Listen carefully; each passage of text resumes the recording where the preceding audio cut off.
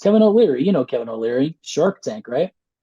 Yes, sir. Um, so he was actually on Instagram Live a couple of days ago, ripping sealed boxes of NBA cards on Instagram Live with well-known collector Shine 150. We talked about him before on this show with his insane ass collection. This dude has one of the craziest collections I've ever personally seen.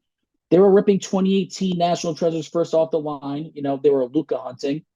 And in the live, he actually ended up saying that he was intrigued by the whole trading card industry and hinted at possibly starting up a business within the hobby. Which I mean, he does that. He's a very mainstream guy, and he opens up his own company. That might open up the floodgates for even more people. Because I feel personally, to me, I feel like we're on the cusp, not just us, but in the hobby in general. We had the COVID bubble, but I feel like it's on the cusp of getting even bigger. Problem is, when it gets bigger, you're going to have more people still trying to make break rooms. You already see that a lot on Facebook, whatnot, or wherever. Everyone has to start somewhere.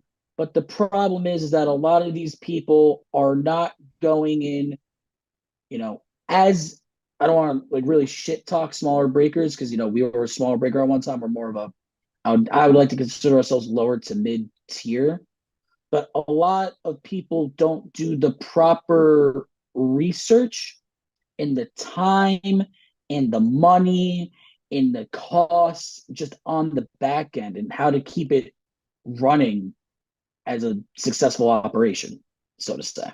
Right. Yeah. I mean, if you're running your operation as a one-man show and that's where you're keeping it, then you can stay small time. If you want to take a company and you want to take it to the next level, you're going to have employees. You're going to have teams of people to make sure that you're constantly, this is social media. You got to have content consistently going out. You have to, Yep. constant new things. You have to take what you're doing and turn that into content.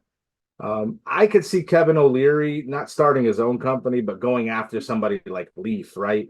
And you already got the printing ready. You've already got a company that's got a little bit of a background. It's been around forever, and it just needs kind of that little nudge to really push them over the edge, right? Or something like maybe a Matt or Yeah. a smaller to mid-sized card company.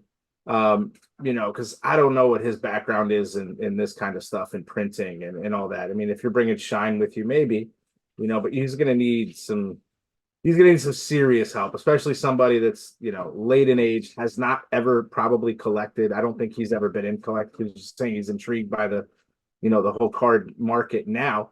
Yeah, everybody sees that COVID bubble and they're like, wow, if we Yep. were a break room in 2018, right before the bubble, and made it through the bubble, like we'd be up there with Leighton and all these other big card companies now because you were established. We literally started as COVID started. Like we were planning it. We took 6 months. We started planning like end of 2019 into early 2020 was our plan. And we were there and we did extremely well through the bubble, which is kind of the push that we needed to get to where we are today.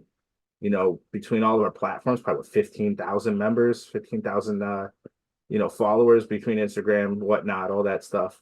And that's nothing to shake a stick at. And that takes time, that takes effort, that takes a lot of late nights and early mornings and a lot of manpower. As you see Danish back there, Danish is here 4 to 5 days a week, sorting breaks, making sure that we're staying on top, we're ahead.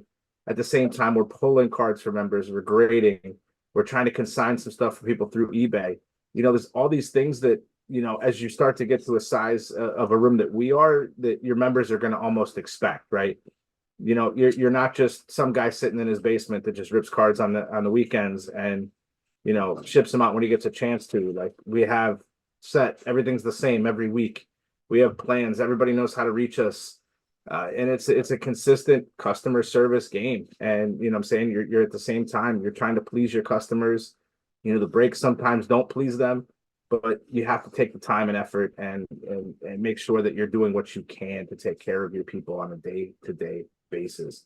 And that stuff can be exhausting, especially as a one-man show. That's why I see a lot of the small, 1,500 to 2,000 member rooms will kind of falter because you get to that tipping point where you have to be prepared to put more money in to get more money out, and it takes a lot.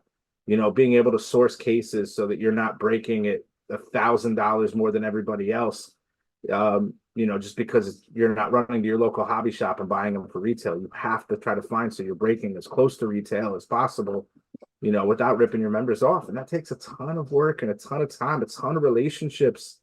And on top of that, not only social media marketing, but physical marketing, like getting yourself out to shows, being in these break halls and stuff like that for like the national, that all that stuff takes a lot of effort, a lot of time, and that's really kind of the catalyst that I think's got us to where we're at, and I think it's going to eventually push us over the edge. Gilly and G Money, our social media team, have been phenomenal. A couple of great videos hitting 10, 15,000 views. That's the kinds of things it's going to take to set you apart from everybody else. Because again, this is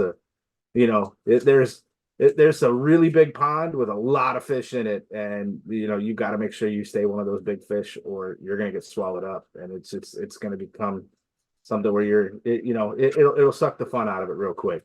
But you keep pushing, man. That's what we do here at the Card Breaker Nation. Is we're constantly staying up on top of everything and trying to bring you guys the best prices, the best products, as fast and as often as we can.